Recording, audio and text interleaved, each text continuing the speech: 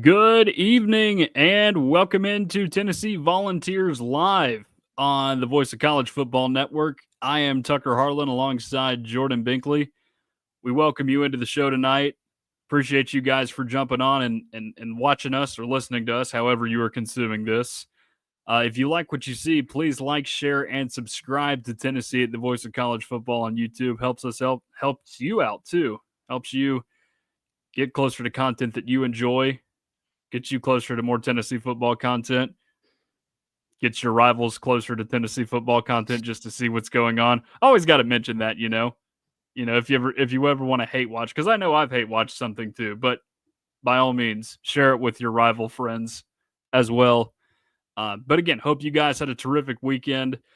I had a pretty nice weekend watching the Tennessee Vols advance to the Super Regionals for the fifth time in as many years.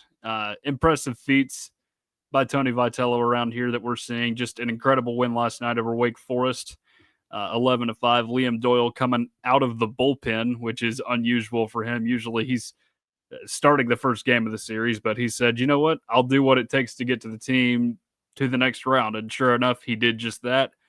They will be going to the Super Regionals to face Arkansas this weekend. The first game is Saturday, and it should be a fun weekend. It was a wild weekend of college baseball too. Jordan, I know you don't keep up with it nearly as much, but 9 of the 16 regional hosts advanced to the second round or to the Super Regionals, which I believe is a record low.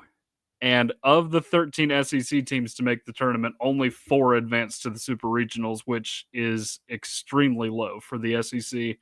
4 of those were regional hosts that lost, and 2 of them were number 1 and number 2 overall. The Texas Longhorns went down to the UTSA Roadrunners, and Vanderbilt lost its 4th regional in as many years as the number 1 overall seed in the tournament.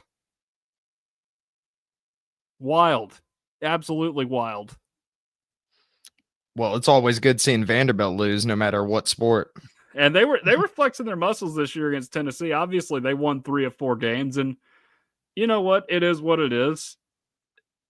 They essentially didn't even make it to the round of 32 equivalent of the college baseball tournament. It's not the flex they think it is. Number 1 overall. Dang. Not just in their regional. I mean, losing as a regional host in 2 games is embarrassing. They didn't do that. They did win their first game, but I mean, still, if you're the number 1 overall seed and you turn in that performance in your regional, that's just pitiful. Absolutely pitiful. Yeah, well, I'm glad that Tennessee's still in it, even though I don't keep up as much. I'm glad that Vanderbilt lost. I'm glad that Tennessee's in it, and especially Texas too, because I'm excited to see like a little UT versus UT in the future in football. Well, they're not in it though, thankfully, because of UTSA. Yeah. The Roadrunners. Beep beep. I had to throw that in there. I had to do it when they were here. What was that, in 2023? When Tennessee beat them that season. So, but yeah, a lot of fun stories from the first weekend of the college baseball tournament. And Tennessee will be playing at Arkansas this weekend, which should be very interesting considering how it's gone here in years past. Jordan, how was your weekend? Pretty good. So my best friend, he got married. We've been best friends for about 21 years now. So it's been like a lifelong friendship. So getting to see him and his, I guess now wife, finally tied the knot together. It was awesome. And the weather was perfect. It was in Tampa. It was nice. Oh yeah. Outdoor wedding. We did have a couple of people yell from the boat like during the ceremony, which is interesting. She didn't seem like she was upset about it. So that's good. But the reception was fun, getting to see all of his family because they're basically like my family at this point. It was awesome. And plus we got to stay down there for like 4 days or 4 or 5 days or something like that. So it was nice getting to visit Tampa. It was my first time ever being down there. First time actually going to casino too. Ooh. But yeah, I actually did not gamble though, but I watched everybody else lose their money, which was that's about what I do. Yeah, I don't know if I want to get into that world quite yet, but it is interesting seeing everything going on and how many people are there. There's a lot more people than I expected because I think we went during like a weekday or something like that. I could be wrong, but Yeah, very cool experience. I do like the Tampa casino, even though I did not gamble at any. Oh, gambling degenerates exist. Believe me, they're out there, and they will go to the casinos during the weekdays. We just don't happen to be of that kind, so we don't really notice them nearly as much. But no, I've heard lots of good things about Tampa. So good for you for getting to go down there and I guess see the beach a little bit. That's a cool part of Florida. One of the better cities in Florida, if we're being totally honest. Just based on my experiences in some of the other cities. But you guys didn't come here to listen to us talk about Florida cities. You came here to listen to us talk about Tennessee football, and we will do just that.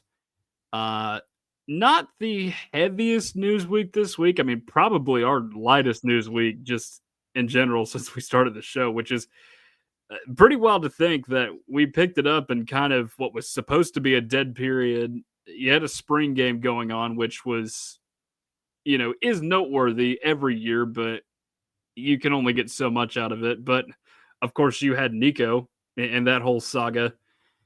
So we actually picked it up at quite a very busy time. But now, not quite as busy, but we do have a couple things to discuss in the world of Tennessee football news.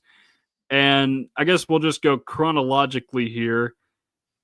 First thing that happened after our show last week, 2 more kickoff times were announced for the football season. You have the East Tennessee State and the Georgia kickoff times both at 3:30 in Neyland Stadium. Jordan, your initial thoughts on a 3:30 kickoff time for both of those games? Well, I'll say that I definitely like it more than noon kickoff. As someone that's kind of stays up later during the weekends and stuff on Friday nights, I like to sleep in a little bit. So I'm happier that it's not a noon kickoff. And I was a little shocked too that ETSU wasn't a noon kickoff. I thought that was pretty interesting. But Georgia, I don't know really what to expect with it yet. I think it's nice that it's happening during that time. So, like you can enjoy the night after, like in Knoxville, because there's a lot to offer there. But it might be a little bit of a hot game. So everyone that's going to the game might need to bring some sunscreen. Because it's 3:30 in September. I would imagine Yeah, that's pretty it hot. it can get hot out there in September. Those 3:30 games. I would imagine. I'm not trying to think. Have I been out there in the heat for one of those? I remember being on the field for the Pittsburgh game in 2022. That was a very hot game. And even the noon games are really hot too in September. They can get pretty brutal, but just looking at the week 2 schedule, you actually have 2 other games that are group of 5 and SEC matchups. You get Texas and San Jose State, and then Texas A&M and Utah State, both in that window. Tennessee and East Tennessee State, that is an ESPN Plus game, by the way. So not a game you can catch on network television, which does kind of stink, but it's also East Tennessee State. And you're at the point in the season too where you've got all these non-conference games going on. So it's not as if you're going to have a game just on every channel available to you. And really there's a handful of good matchups that weekend. And that second weekend, you've got the first SEC game actually kicks off at the same time as Tennessee and East Tennessee State that week. You've got Ole Miss playing Kentucky, which could be interesting. You would think Ole Miss would win that game, but at the same time, we saw what happened down in Knoxford last year, and it was not what most of us expected. And honestly, probably the most bizarre looking result in all of SEC football last year, with a 4-8 Kentucky team going on the road and beating Ole Miss at its place. So you have that game, which kicks off at the same time. Additionally, at 3:30, you have Kansas playing Missouri on ESPN2. That game is at Missouri, which those two teams are not projecting to do super well this year, I don't think, but two teams that really hate each other historically. At least Mizzou really hates Kansas. I mean, their students chant bleep KU every single time they play Mr. Brightside at sporting events. They hate Kansas more than anybody in the SEC. And then in the night window, you've got Arizona State playing Mississippi State, Michigan and Oklahoma, which should be a really interesting game, and then Vanderbilt and Virginia Tech. So those are the major matchups Tennessee is competing with. And 3:30, it's interesting with the way ESPN is treating it, because obviously that was CBS's prime window. They love the 3:30 window, still do with the Big Ten, but with ESPN, it kind of feels like they'll stick some big games at noon just to grab your attention. They'll put some decent games in the 3:30 window. They might have one really good game on ABC, but outside of that, you're going to have some not so great games in that 3:30 window. And those are kind of the ones that have gone on SEC Network over the years when CBS had that big slot. And then they're going to want their best stuff at night. So they kind of feel similarly to the 3:30 window as I do. I know your favorite kickoff and my favorite kickoffs too, Jordan, are the night ones. I mean, nobody can disagree with that. But, and I know it's a little bit of a hot take, but I do think there is something to be said for noon kickoffs potentially being better than the 3:30s. Just from a fan's perspective, you get to see more of other games, I would say, if you're watching the noon game as opposed to the 3:30 game, or if you're going to it, I should say. So that's my thoughts on the East Tennessee State kickoff at 3:30. I mean, that is a good point. I didn't consider that beforehand. I mean, because I like watching all sorts of college games. Like whenever Saturday goes on, I want to watch it all day long. And it does kind of suck when there's big games going on and Tennessee's playing. And then you kind of have to flip back and forth. Like, you want to keep up with what Tennessee's doing, but then like it might be a long drive on defense. And then you're like, oh, well, Ohio State's playing like Penn State during that day. And it's like, of course you want to check into a big game like that. So yeah, I never really considered that before. But yeah. Trying to check other major games in week 2. I don't know if I'm going to be able to find very many, but you've got, well, of course, you got the Cy-Hawk game. That is a noon game over on Fox, which no surprises there. And then outside of that, you've got most of the non-conference games that I mentioned already. Now, of course, the Georgia game I mentioned is also a 3:30 game. And that one has not been played at any time other than 3:30, with the exception of that 2019 game with the cursed Brian Maurer graphic in Neyland Stadium. Of course, you guys know the one I'm talking about with Brian Maurer and Peyton Manning. But I'm interested to see what happens in that game. That's the Checker Neyland game. And both of these teams have got somewhat new quarterbacks. Obviously, Gunnar Stockton played a little bit at the end of the year last year, but this is his first season really being thrown into the fire. And the same thing goes for Tennessee's quarterback, whoever that may be at this point, of the three guys.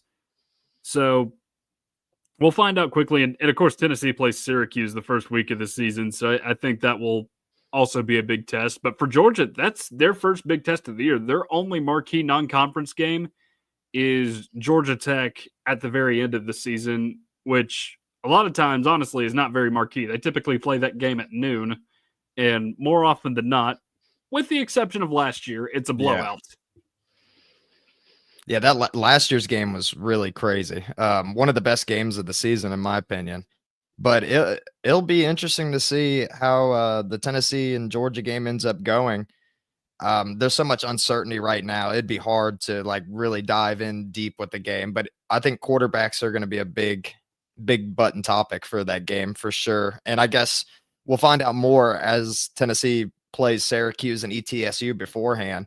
But yeah, it's going to be interesting because I feel like this is like the year, if any, that Tennessee would have a chance to beat Georgia if everything works out perfectly, or like the way that Tennessee fans and others hope that it'll go. But yeah, I mean, it'll be a fun game to watch for sure. And I like that the Georgia game is earlier in the year too, because you don't really want to stress about missing the playoffs and everything. Not saying that like Tennessee's going to go to the playoffs, but I mean, if they're winning lots of games towards the beginning of the year and they have to play Georgia towards the end, not going to be, it's going to be a little bit stressful. And that's kind of how I feel with the Florida game this year. Yeah. Although the weird thing with the Florida game is that is generally early in the season, and it's not this year. But just thinking about some of the recent history against Georgia that Tennessee's had in Knoxville, it's not been competitive outside of the last time that Tennessee beat Georgia in Knoxville. Like it's all been blowouts, really, in both places. Although Tennessee was more competitive in that 2022 and 2024 game than they've ever been against Georgia in Neyland Stadium since Butch Jones's last season on the job, or even the last time he beat Georgia, I should mention, because his last season was that 41-0 game that you could say is one of the worst, if not the very worst, loss in Tennessee football history, although Georgia State also exists. So, yeah. But yeah, the quarterback matchup is one that makes me say Tennessee, because right now I don't think Tennessee beats Georgia, but I think you at least give yourself a little bit more of a shot just with some of the uncertainty this early on in the season. And I think that could be beneficial for Tennessee. And that may be a part of the reason why this game is in the 3:30 window. Because looking at what is in the 7:30 window that night, it is Florida and LSU. And neither of those teams, I would say, is necessarily better than Georgia on paper, but they know what they got at quarterback, so that should make for a more interesting game. At least I would think. Yeah, plus Florida and LSU, they've had some interesting games in the past. So, I mean, it makes sense that they would push that one off later as well. Yeah. It's also been 9 years since Florida last won at LSU. Yeah, definitely always tough. Yeah, well, here's what's wild is that was a makeup game because of a hurricane that they had to play out there in Baton Rouge back in 2016. It's what gave Florida the East over Tennessee, but Tennessee also went on to lose to Vanderbilt, so it's not as if it would really matter in the end. But that second Saturday of September, you got a lot of really good games that weekend. A couple that have not been announced yet for kickoff times. You got Arkansas playing Ole Miss in Oxford, which Ole Miss shouldn't necessarily be better this year, so that should make for a pretty competitive matchup. Vanderbilt at South Carolina has also not been announced just yet, which, again, we'll see with Vanderbilt and South Carolina if that's a competitive game. South Carolina's kind of dominated them of late. You got at least, yeah, okay, so the other two, you got two big non-conference games. You got Wisconsin playing Alabama in Tuscaloosa. That's a noon game, but the kickoff time has not been announced yet. I would guess that game is probably on Fox, and that Bama will probably win big. And then at 7:30 on NBC that night, you get the Texas A&M and Notre Dame rematch in South Bend, which, of course, the game going to South Bend will favor Notre Dame a little bit, but I also think Notre Dame probably takes a step back this year, and you should get a really fun competitive matchup between those two. So third Saturday of the football season is going to be a pretty fun one. And obviously it does kind of stink that Georgia Tennessee is not a night game, but I don't necessarily fault the decision to put Florida LSU in that window over it. Yeah, I don't either. I mean, you listed off a lot of pretty big games there. I mean, and who knows? I mean, like if Tennessee and Georgia start off hot out of the gate, like maybe it'll get more attention surrounding it, but like, stuck at that 3:30 window, that's not going to change.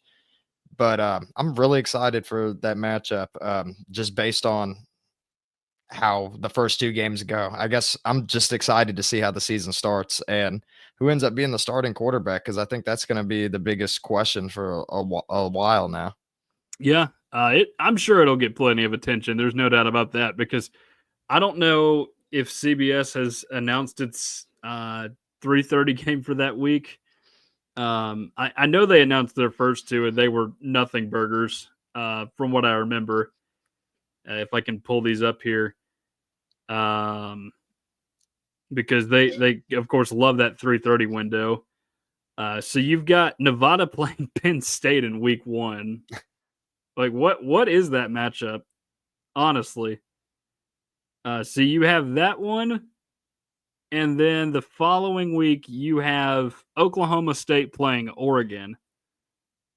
And Oklahoma State, usually I would say that's a great matchup. Oklahoma State fell off a cliff last year in conference play. Went 3-9 after winning, I think, all of their non-conference games. It was funny how the Big 12 worked last year. They had, what did they have? Like their worst teams in going into the season wound up being the best ones, while the teams everybody projected to be really good ended up being the very worst, which is not how you would expect. And then in week 3, okay, so here's what Tennessee is competing with in the 3:30 slot: USC and Purdue. 1-11 Purdue from last season is in their little CBS window with Big Ten. CBS really took a step down once it stopped that deal with the SEC. This is what it could have had this year: Georgia and Tennessee, or LSU and Florida. That's a great choice to have for your 3:30 window. But no, you just decided to go with the Big Ten, and you're stuck with this crap instead. USC went 7-6 last season. They'll have a new quarterback, and Purdue. I'm sure Barry Odom will get them back on track because the bottom of the Big Ten is weak. Let's just call it like it is. But CBS could have had Georgia and Tennessee if it really wanted to, but it decided not to renew the contract. So here we are. Yeah, Purdue and USC. I mean, I know Purdue's had some upsets in the past. Like I was watching that game live when they put the whooping on Ohio State, and I was shocked watching that game. But I mean, like it's Purdue, once in a blue moon. Yeah, they like every couple of years they'll do some crazy upset. I mean, they pulled the upset off against Tennessee, even though that was pretty a controversial game to say the least. They went 9-4 that season too. I don't know how big of an upset it was necessarily. Definitely not like how the Ohio State game was, for sure. So that's what I've got on scheduling this week. I'm sure we will get more info on kickoff times or just windows here later as the summer progresses, because they announced them sometime in either June or July of last season. You knew when every game was kicking off, or at least about when it was kicking off, because they had the whole flex thing where it's like you either kick this game off at 3:30 or 7:30 or whatever staggered kickoff time they do on SEC Network. I think it's 7:45 when they kick off those games. So we should know more then. Yeah, I'm just trying to guess right now. Like Tennessee could potentially get night games against Oklahoma and Arkansas. We'll see. I guess no conference game for Tennessee last year started before 3:30, or at least in Neyland Stadium. Of course, the Vanderbilt game kicked off early, but yeah, you had that Alabama game at 3:30, and then everything else was at night. And then outside of that, you only had the two noon games. Although Chattanooga wasn't really a noon game, was it? UTEP was a noon game though. So we'll see how they treat Tennessee this year. I think that's just something we're going to figure out as the season goes on, with the quarterback situation, among other things. Yeah. All right. So we have a little bit more to discuss on the news front, and this actually came out today. College Football Hall of Fame ballots for 2026. There are 3 people associated with the Tennessee program who are on these ballots. And the reason I use the word associated as opposed to players is because one of them is actually head coach Josh Heupel, but he is on there as a player for his time at Oklahoma. Of course, he finished pretty high up in the Heisman race in his final year there at Oklahoma. Did really well for them, won a national championship. So you would definitely think he is deserving of a spot in that group. And then the other two names are Tennessee players. Um, I'll go ahead and age myself here and say I was not alive to see either of them play, but I do know about both of these guys. They are Deion Grant and Larry Sievers. Yeah, Deion Grant was a player that obviously I never got to see play. I mean, I got to see him briefly in the NFL when I first started watching football, but never got to see him play at Tennessee. But he was one of those players that I was always interested in. Looking at his stats were insane. I think one season he had 9 interceptions, which I think was second most in a season for a Tennessee player, which is pretty impressive. And he played on stacked defenses too back in the day. Like he played with like Al Wilson, and I'm pretty sure he played with like Raynoch Thompson and like Albert Hainsworth. I could be wrong about some of those names, but I mean stacked defenses back in the day, and he's still able to be in this position where he could go into the College Football Hall of Fame. And he was pretty good in the NFL too. I mean, I don't have his stats pulled up right now. I guess He was in there for a pretty good while. And I remember, I think, watching a Sunday night football game when he was with the Giants, and I saw him in their little intros that they have. He did say Tennessee. He didn't say Culinary Academy or anything silly like that. Well, that's good. But yeah, I'm looking at his stats right here. Yeah, he had 30 interceptions in his career in the NFL, so pretty decent career there too. And I mean, as a rookie, he had 5 interceptions. So he was a pretty dynamic player. And you know, I wasn't alive to watch the games, like as I mentioned, but I'm pretty sure he helped sealed some of the games for Tennessee back in the day. I can't tell you which ones because I can't remember. I just remember what I saw from Decade of Dominance. But I remember that I think there was one game, maybe it was against Florida or something like that. I think he had like 2 interceptions or something like that. Like he seemed Sounds like right. he seemed like he was a pretty good playmaker for Tennessee. And Larry Sievers, I can't talk as much about him because I mean that was way before my time. But he's one of those names that floated around a lot. I think he may have been a part of those old card sets. I don't know if you ever saw those old Tennessee I know what you're commemorative. talking about. Yeah, Let me pull him up. yeah. I actually bought the whole box of those recently at a antique shop about a year ago, and I haven't opened them up, so I don't know who's in there and who's not. But Yeah, I want to say I have a few of those things, like maybe an Andy Kelly card somewhere in there. yeah, Um, my first Tennessee card ever was actually Condredge Holloway that was given to me from my dad from that set. yeah, you can buy these things on eBay apparently. Let me share my screen real quick and just tell you guys what I'm talking about. But I think a lot of you probably already know. I think it may have been for the 100th anniversary. At least for those of you guys who are collectors. Um, yeah, this is what we got right here in the middle. Yep, I'm sure that's the same one, Jordan. it is. It is. Yeah, I figured as much. But But yeah, those are pretty cool. I don't know who I have exactly though. I'd have to go back and see for sure to tell. But I know those are hiding somewhere in my closet back home. I'll be there in a few weeks, so maybe I can just scavenge there and see what I can find. yeah, they probably printed off a lot of those things because I've seen them float around for years at like flea markets, at antique shops. I finally went through and bought the whole thing, but honestly, I don't know if I want to open them or not. I mean, I'm sure they're not worth as much as like all these, like, you know, like a rookie card in the NFL or whatnot. But I Yeah. mean, I don't know. I kind of like the idea of having something in like mint condition that's Tennessee related. Do people still collect sports cards a I lot? do. Okay, because I remember getting there were I went through a little bit of a phase where I got NFL ones every single year for Christmas, but like I don't remember collecting them past like the age of 13.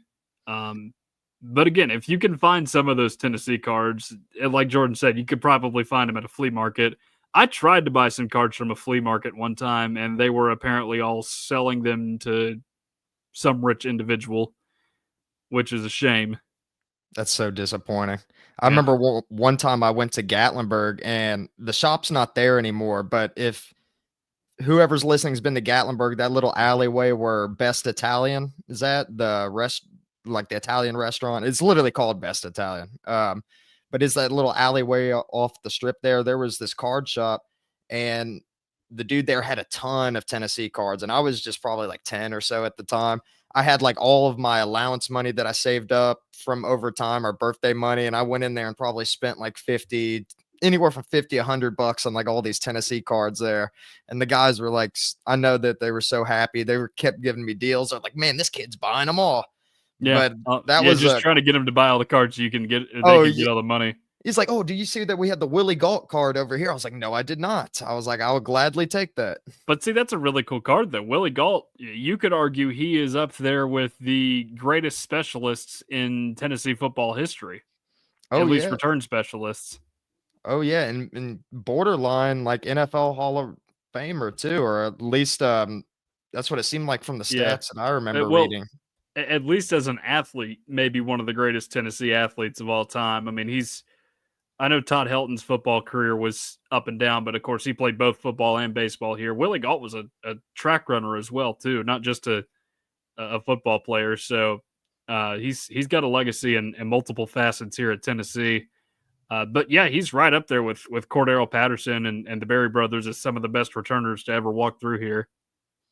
Oh yeah, for sure, for sure. And my dad told me lots of stories about him back in the day. He seemed like a very special player. And I'm pretty sure like he was in the backfield a lot of the time too. He wasn't just playing receiver. I could be wrong about that, but I'm pretty sure I've seen clips of him like taking snaps at running back, which wouldn't be surprising considering Yeah, how great of an athlete he was.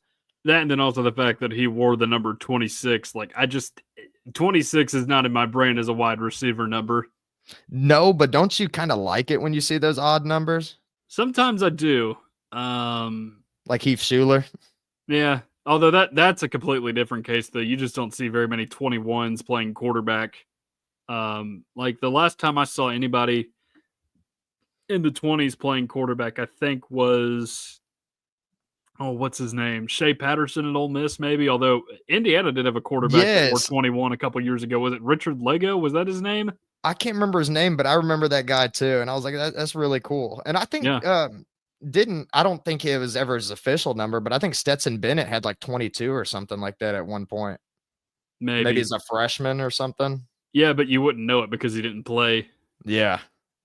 But I'm sure Heath Schuler is somewhere on those printed cards. I don't know though, because that may have been just past when they printed those cards. Yeah, honestly, I can't remember. I'm pretty sure it was for like the 100th anniversary for the football program, and I think the program started in 1890, 1891, something like that. Yeah, So it probably was before Heath Schuler. yeah. Wait, so did they have them like all the way back then? Like all the guys on the cards from all the way back then? I Because haven't seen all of them, but I know they go pretty far back. because the only ones I remember seeing were guys from like, I mean, at the earliest, maybe sometime in the 1960s, but it would not surprise me if they went back earlier than that.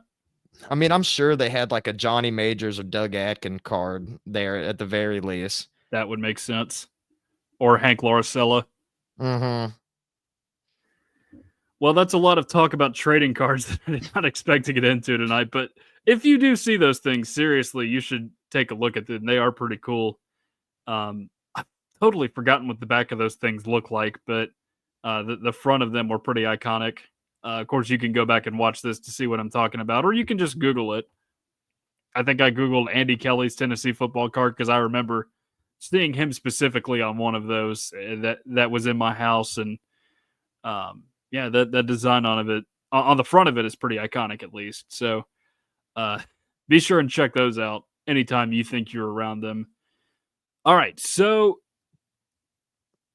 on the news front, don't have any more guys committing this week, although there is a story that is noteworthy in the recruiting world. LSU wide receiver commitment Tristan Keys is visiting Tennessee here in the next couple of weeks. And Tennessee was in the mix to land him when he first committed to LSU. He chose LSU, but when he chose LSU, it sounded like Tennessee was down but not out on his recruitment, if that makes sense. Like Tennessee still had a good shot at him, which would be a huge get. He is the number 1 overall receiver in this class.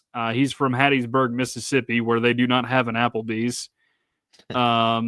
But he would be a huge staple in this class. Like, obviously, we talked about Faison Brandon being potentially, or not potentially, but he is the crown jewel of this class right now. Gabriel Ascende is a 5-star as well, as of a couple of weeks ago. And if you got Tristan Keys, that's 3 5-stars in your class, which would be gigantic for Tennessee. Because I know recruiting is, I don't know how much importance you put into it nowadays, just with the transfer portal and with guys jumping around and moving schools all the time. But it feels like it's still got some importance there to it. And, you know, if my theories are correct about all of this stuff working itself out and coaches eventually going with high school kids over portal products, then you know what? Maybe getting all the 5-stars you can still is very important. Yeah, and it would be interesting to see because I'm not 100% sure, but that would have to be like the first time Tennessee's gotten 3 5-star recruits since probably Butch Jones, if he even did that. Because I know the one class that he had I think Josh Malone was a 5-star and Jalen Hurd, and I'm pretty sure they were in the same class. But I can't recall if there was a third 5-star from that year. So, I mean, that would be interesting to see. I mean, Tennessee's gotten a lot of talented players over time, but it doesn't seem like very many 5-stars in the grand scheme of things. So, I mean, it would be cool on paper to say the least, but also, I mean, he's got some decent size as well. I mean, they have him listed at 6'2.5". And then I was seeing on Twitter at some point, that he was like clocked running 20.8 miles per hour during like one of his plays last season. So it seems like he's got a little bit of speed too to him. And I mean, I feel like most people can agree with me here that that combination of size and speed is really fun to watch for receivers. Like growing up watching people like Calvin Johnson and them, it's something you like to see. And hopefully, you know, his visit goes well with Tennessee, and then maybe he decides to flip his commitment. Yeah, it's definitely a good combo, and you've seen it here with a couple of these guys lately to come through Tennessee. Guys like Cedric Tillman, Dante Thornton on the team now. Chris Brazel is a perfect example of this. But you're also going up against LSU, who has produced some of the very best NFL wide receivers in the last 10, 15 years. I know they're not Hall of Fame worthy careers, but both Odell Beckham and Jarvis Landry had pretty good stints in the NFL. Obviously, Odell has one of the most famous catches of all time. And then you have arguably 2 of the best wide receivers in football right now, and Justin Jefferson and Jamar Chase, who both played on the same team at LSU in the league. And then now you've got 2 younger guys in there in Malik Neighbors and Brian Thomas, who, despite playing for some pretty bad teams, had pretty nice rookie seasons. Brian Thomas very quietly put together a very good year for the Jacksonville Jaguars. So that's what Tennessee is up against in his recruitment. And I know there are some other big SEC schools at play here. I believe both Alabama and Auburn. I know Alabama for sure is in the mix. Texas A&M is another one that is taking a look at him. So Tennessee will have its work cut out with Tristan Keys, or at least trying to land him, but it sounded like they were very well within the mix back in March when they were trying to land him. And I mean, and it's got to be a good sign too, considering that he's willing to have this visit. And I mean, I know he's just verbally committed or whatever, but I mean, it seems like, I mean, he could still stay with LSU at the end of the day. I mean, don't get me wrong, but I do like the idea of him opening up his mind to possibly coming to Tennessee. And I think Tennessee needs him pretty badly right now. I mean, we'll see how the receivers end up being this season, but he would definitely help out the team significantly, I would imagine. And then, like, of course, we'll see how Mike Matthews ends up being this season as well. But would be a very exciting player for Tennessee to get for sure. Yeah. So you've got right now in the class, you have got Tyreek King at wide receiver, who's from Knoxville Catholic. He's a 4-star. And additionally, you have Tyron Evans, who is from North Carolina and is right now rated a 3-star by 247, although that varies by your recruiting service that you choose to follow. Uh, some people like to acknowledge the place that gives it the highest star is the proper rating. So if a guy's rated 3-star by Rivals and 4-star by 247, they will side with 247 on the matter. But Keys, pretty much consensus outside of maybe ESPN 300, which is kind of irrelevant in the recruiting world right now, is rated as the number one receiver across all services in the 2026 class. So he would be a massive commitment for Tennessee. And Mississippi, too, not a place where Tennessee generally recruits heavy. It's a decently talented football, or at least high school football state, but I can only think of a handful of just really big names that Tennessee's gotten out of there. Like Billy Ratliff is one of the few that comes to mind. I mean, recently there just haven't been that many that Tennessee's gotten out of Mississippi. Yeah, not any that I can really think of. I'm trying to think back. Like I want to say maybe there was a defensive lineman like back in the early 2010s, but I mean, I can't really remember. I mean, not as many players Tennessee gets from like Mississippi as opposed to like Georgia or North Carolina, like we've mentioned before. Yeah. Yeah. North Carolina is huge in this one. And a part of the reason why getting Faison Brandon was so important, because some of Tennessee's most beloved players here over the years are from North Carolina. I mean, pretty much every guy that grew up in the early 1990s, favorite quarterback, Heath Schuler, he's a North Carolina guy. Everybody that went to college at UT here lately, their favorite quarterback, Hendon Hooker, he's a North Carolina guy.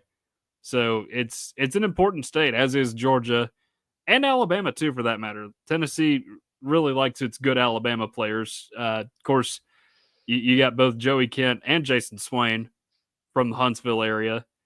Condredge Holloway as well from up there. So got a lot of big names from Alabama as well. But Mississippi, not really a state Tennessee tends to dive into. It doesn't feel like.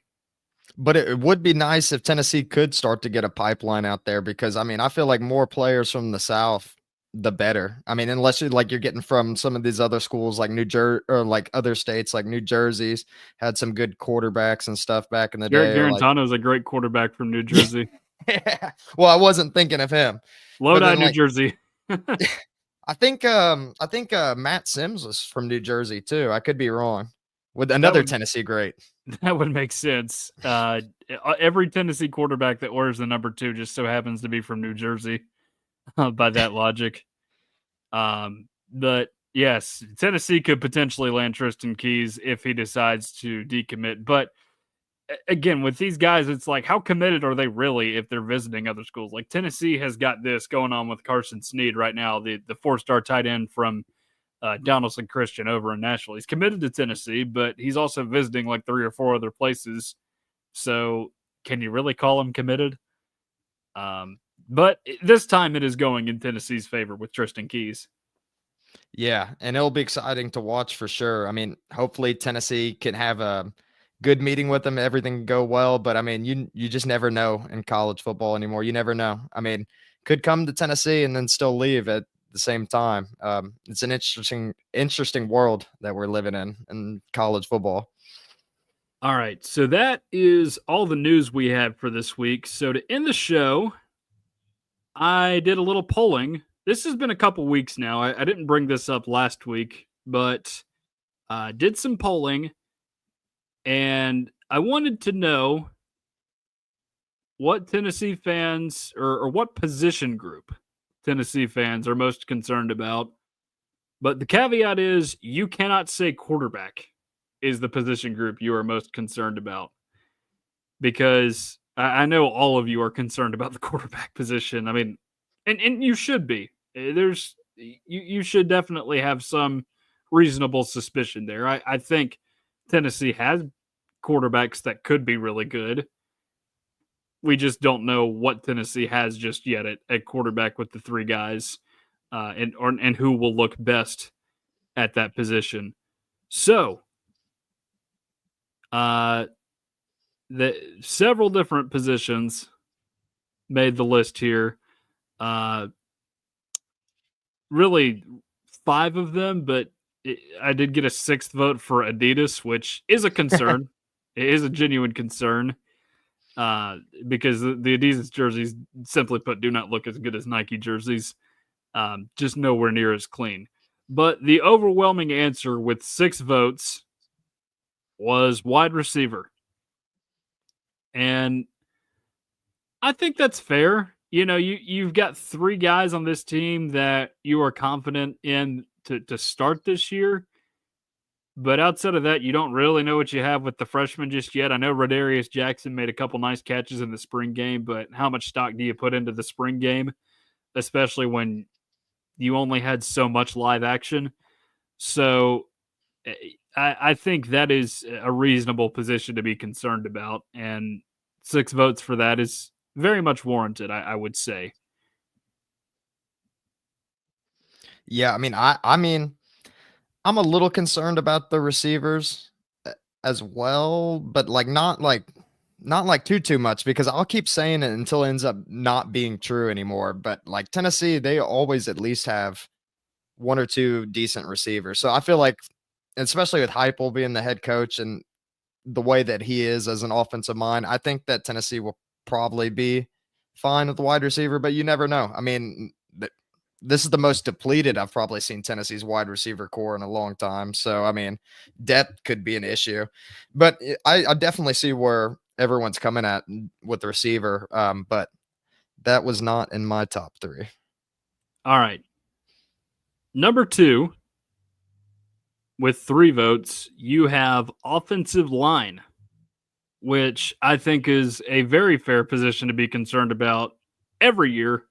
Honestly, if you don't have guys that have played out there together before, like offensive line chemistry is something that is very underappreciated, and if it is not clicking, then it is problematic.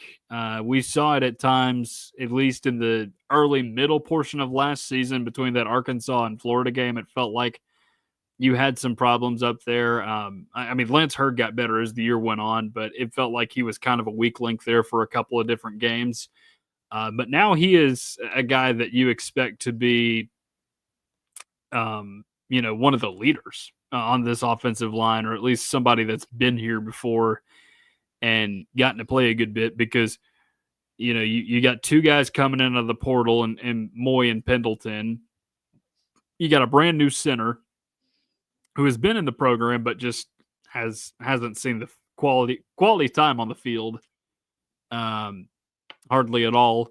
And then, of course, you get a freshman in David Sanders, who everyone is excited about, but this is his freshman year, so it's the first time he has seen any kind of college football action. So, again, a position you should always have some reasonable concern about.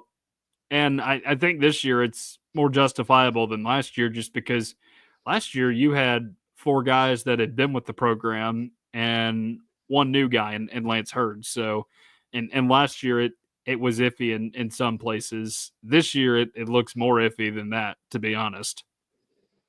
Yeah, and with the offensive line, I mean, I'll say that I'm pretty concerned too. I will say everything that I've read about Pendleton and Moy has been pretty good, but you never know how it translates to playing in the SEC and everything. And of course, David Sanders could live up to his 5-star potential and be great. He could be one of the best offensive linemen that ever plays at Tennessee. But I think offensive line is like one of the most important position groups in all of football, to be honest. And we've seen it with like the Eagles the past couple of years, how they've been so dominant. And I think a lot of it's had to come from their offensive line. It's very underappreciated, I feel like, or maybe that's not fair, but I feel like a lot of times, like, these quarterbacks or like maybe some of your edge rushers, they get a lot of attention, but offensive line, if you don't have good people blocking for you, I mean, you can't really complete good passes if you only have a second to throw the football. So it will be an interesting thing to watch this season for sure. All right, so that was number 2, and we don't really have a number 3. There was 3 positions that all got 1 vote apiece. The first one was running back, which I think you just with the fact that you don't know what you have, and or at least you don't know what Deshaun Bishop's full potential is, and you haven't seen Star Thomas play much in SEC competition, if at all.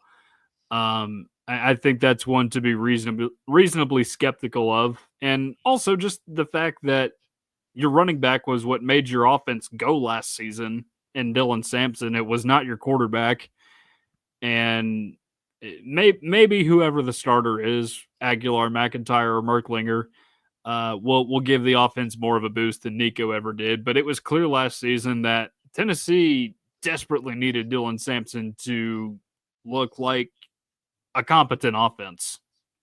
Yeah, for sure. And I will say that, I mean, that wasn't, running backs weren't something that I was initially concerned about. But the more I think about it, how much Tennessee relied on Dylan Sampson last season. I mean, he really was the focal point of the offense.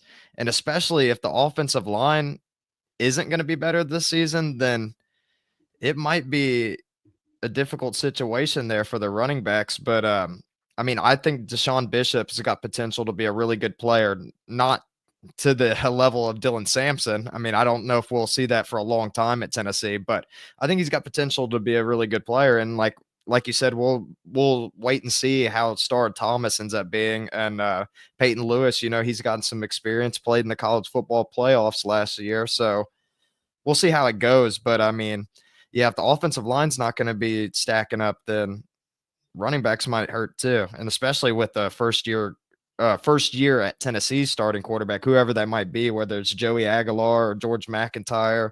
I don't know. It could be a problem. It could be a problem.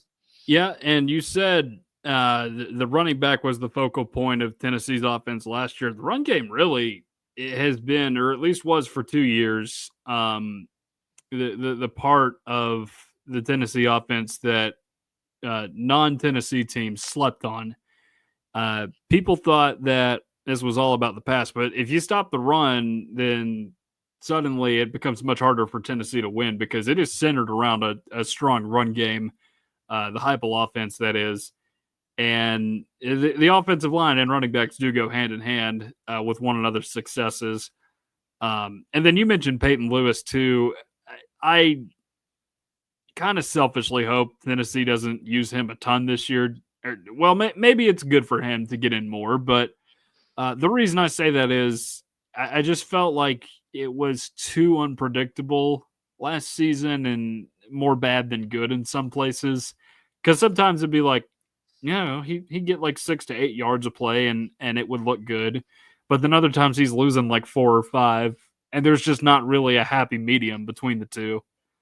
So that's something that would have to change, I think, if you were to get him in there. But I mean, surely this offensive line is not going to be all that bad. I mean, I know I know it's reasonable to expect a good offensive line, but I mean, I've seen much worse offensive lines. I've seen my Tennessee Titans just fail to find tackles for several years now. I hope Dan Moore or whatever the guy's name is they signed ends up being all right this year, but like Nicholas Petit-Frere just got waived by the 49ers for a reason because he was a liability in Tennessee. Dennis Daly was bad. We thought it couldn't get worse. Andre Dillard was worse for the Titans. And then just thinking about the Vols here, I remember that 2018 offensive line. It wasn't that they were bad. They were just small. Like not anybody on that offensive line was over like 310 pounds, which that's problematic in the SEC. You want your offensive line to be, I mean, you don't want a ton of just super fat guys out there, but you want some bulk on that offensive line. You don't want a bunch of guys that are too skinny to be playing SEC football out there, and that's what Tennessee was dealing with in 2018. I don't think that's a problem with this year's group. If anything, it will be chemistry. Yeah, I agree because I mean some of the players are coming in. I mean, I know David Sanders, he's still got to gain a little bit of weight, but I mean, he already look. I mean, as a freshman, he's already looking like he's got potential to put on some significant size. And then Pendleton too. I mean, he's just like he looks like your traditional, like what you would expect from an offensive lineman. I mean, he looks like an NFL offensive lineman. I don't know if he will play that well, but oh, we got a question there. We got a question. Who starts at quarterback? You want to go first? It's so hard to say right now. Joey I Aguilar know. hasn't learned the offense yet. He hasn't had enough time to learn the offense. He's only been here, 2 weeks now? Yeah, and Maybe a little more. I will say I've seen a lot of people seem to jump to the conclusion that he will be the starting quarterback, and I'm not so certain with that. I think it's going to be a pretty close race. I mean, of course, I'm not in the locker room, I'm not in the practice field with them, but I mean, I don't know. He's got a lot to learn right now, and that's something I've been a little concerned about as well. Yeah. If I had to nail one down right now, just to be different, I'm going to go with Jake Merklinger. I just because he's been in the system the longest, and that's my only basis for that answer. Because McIntyre did look good in the spring game, but it's his first go around with all this stuff, and I think it's another one of those situations similar to Nico where he is going to have to put on the weight to get into the game because he looks good when he's out there making plays and making guys miss in the backfield trying to sack him, but at the same time, if he gets hit, he could snap in half. It feels like. Yeah, I mean, I remember Tyler Bray was pretty skinny too, and he was able to put on some weight at some point. And then Nico kind of did a little bit as well. But I mean, 5-star or not, it's a little nerve-wracking to have a freshman starting quarterback in the SEC. So I mean, I think George McIntyre's got potential if he stays in the program. Like we'll see what happens with Faison and everything. But I think he's got potential. But I'm leaning towards Jake Merklinger as well, just because I feel like he's got to have like this chip on his shoulder. He's got to be motivated, considering like he was the one that was thought of to be the next man up before Joey Aguilar came in there. So I have a feeling. I mean, I don't know him personally, but I feel like he's probably putting in a lot of work trying to become a starting quarterback. Plus, he's already got a little familiarity with the offense. So I mean, that's who I think would start, but who knows? I mean, Tennessee brought Joey Aguilar in for a reason, but we'll see what that reason is when the season comes around. Yeah, I think maybe he starts the first game, and it could be one of those situations in ETSU where like you get a big enough lead, and then you want to try and play one guy, that be Merklinger or McIntyre for most of the second half just to see how they do. And then hopefully by the time the Georgia game rolls around, you have an answer, but you may not have an answer. Honestly, Georgia also may not have an answer for that game, if we're being honest, which is what we talked about at the beginning of the show. Like, who really knows who is going to start at quarterback for either one of those teams? Like, I'm not making any assumptions about Gunnar Stockton right now. I haven't been overly impressed by what I've seen, honestly. Yeah, I feel the same way too. And one more thing, because I brought up Tyler Bray at one point. I mean, hopefully this is doomsday scenario for Tennessee, but what if Joey Aguilar and Merklinger just really struggled during the season? What if we got another like Tyler Bray situation where George McIntyre takes over at the end of the year and then ends up being really good? That could be a possibility as well, but hopefully that's not the case. Hopefully Tennessee fires on all cylinders and doesn't have to shuffle quarterbacks too much, because I think that could be a huge issue. Shuffling around 3 guys is something that not many football teams in general could do, not even high school, because we had that issue in my high school at one point. When you have 3 quarterbacks, you have none. That's just the truth. Yeah. And then the last 2 positions on here that were voted on by you guys in the audience, defensive back is one of them, which I think is fair as long as Jermon McCoy is not, as long as he is not available, although that could change at the start of the season if he is back from that ACL tear. And then the other one was tight end, which I get why you would be concerned with that, with Miles Kitselman being down, but Ethan Davis was also near the top of his class at tight end. I think Tennessee really liked what it has there, even if Kitselman uh, is out for an extended period of time with that torn pectoral muscle. I think Ethan Davis still gives you a really good look at that position in his absence. Yeah, and I think defensive back wise, I think it is concerning for sure because I mean that's actually the position group that I was most concerned about, but not so much on the corner front. Like I have high hopes in Colton Hood, and I think that he could be a good corner for the team. And of course, Jermon McCoy, we've seen how good he was last season, how much that he contributed to the team. But safety though is one thing that I worry about for Tennessee, and it'll be I don't know. Hopefully, Boo Carter doesn't get stretched thin. That's one of my biggest concerns with next season, especially with him wanting to play both sides. But safety, I'm a little concerned with, to be honest. And then tight ends, um, I was a little concerned about them too, mainly because, like what you said, with the Miles Kitselman injury, but also too because I haven't really seen many great tight ends come out of Tennessee in recent times. And of course, you don't necessarily need them to be great to be successful, but it would be nice to have like someone like even as good as like Michael Rivera or like Luke Stalker or something. But like I haven't really seen that much from Tennessee. So I mean, it would be nice if Davis could live up to the potential, but I haven't seen too much tight end talent from Tennessee. Were those the last two to really make it in the NFL? Michael Rivera and Luke Stalker. Like I know Princeton Fant was good at his last two seasons here at Tennessee, obviously, but we've not seen him at all in the NFL. Those two guys at least made it for a few years apiece. Uh, Although I think Stalker's career ended up being longer, but they may have converted him to fullback toward the end of it. Well, I think Jakob Johnson, did he ever play tight end? Like I don't ever remember him playing tight end. I don't like. Did he see the field much here at see, Tennessee? I don't even really remember him that much. And then he was on the Patriots and like He's still in the league, I think, as a fullback. Like he's just carved out a role in a role that I mean, most people have left for dead in football. Period. Not just in one league. It's virtually gone at this point. oh yeah, even at the high school level too, it's pretty much gone. Unless you're running a triple option offense, in which case it may still be there. But I'm just trying to think here lately, like what has Tennessee put out at tight end really? Like Ethan Wolf was good here, never made it in the NFL.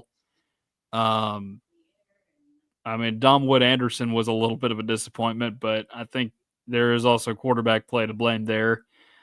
Jacob Warren was a guy that you knew was good in college, but wasn't really going to make it past that. So it's not as if it's just bad necessarily, but it's you are right to an extent. Like it's not Tennessee is by no means Iowa with its tight No. ends. It does not put them out in the league every single year. We've got a submission that Witten was the last good tight end to really come out of Tennessee. And it, you know, The last great one for sure. Last great one. I would definitely agree. But I would say that there have been guys since Witten to have really nice NFL careers. Not really nice, but good enough to make it for a little bit. Yeah, but I mean, I really can't think of really any other tight ends. I really can't. I really Yeah. can't. Not much. I mean, but they haven't been terrible. But it's like it'd be nice to see Tennessee have a dominant tight end once again, because I think it's a very underrated position in football. I mean, look at what Travis Kelce's done over the past several years, and even like before him, Rob Gronkowski and Antonio Gates. Like, there's been several stud tight ends that were arguably the best receivers on their team. It'd be nice to see that come to Tennessee. Yeah, and then the college level, I mean, why did Georgia win 2 national championships? Oh yeah, great example. Brock Bowers, and he's tearing it up in the NFL too. He just, needs a quarterback to help him out a little bit. Arguably the best college football player I've ever seen. Like, and I'm like being straight up. Brock Bowers really good. It'd be insane if Tennessee got someone like him. Yeah, you're just not going to find many guys like that. But they are very valuable weapons, not just in real football, but also fantasy football too. That one guy with the tight end or a running quarterback is always going to have a lot of success in your league. But there's only so many of them, so you may just not be very lucky some years. Yeah, but yeah, tight ends like concerned to an extent, but I'm more so concerned about the defensive backs for that third spot. Yeah, I think they're positions you should be more concerned about. Like defensive back, like you said, is a concern. You are kind of loaded at corner, and you didn't even mention that Ricky Gibson is back too. People keep forgetting it because he said he was going to enter the portal, but he never did. But no, he is still here for Tennessee. And the defensive line, you trust Rodney Garner. You hope the receiving core is deep enough.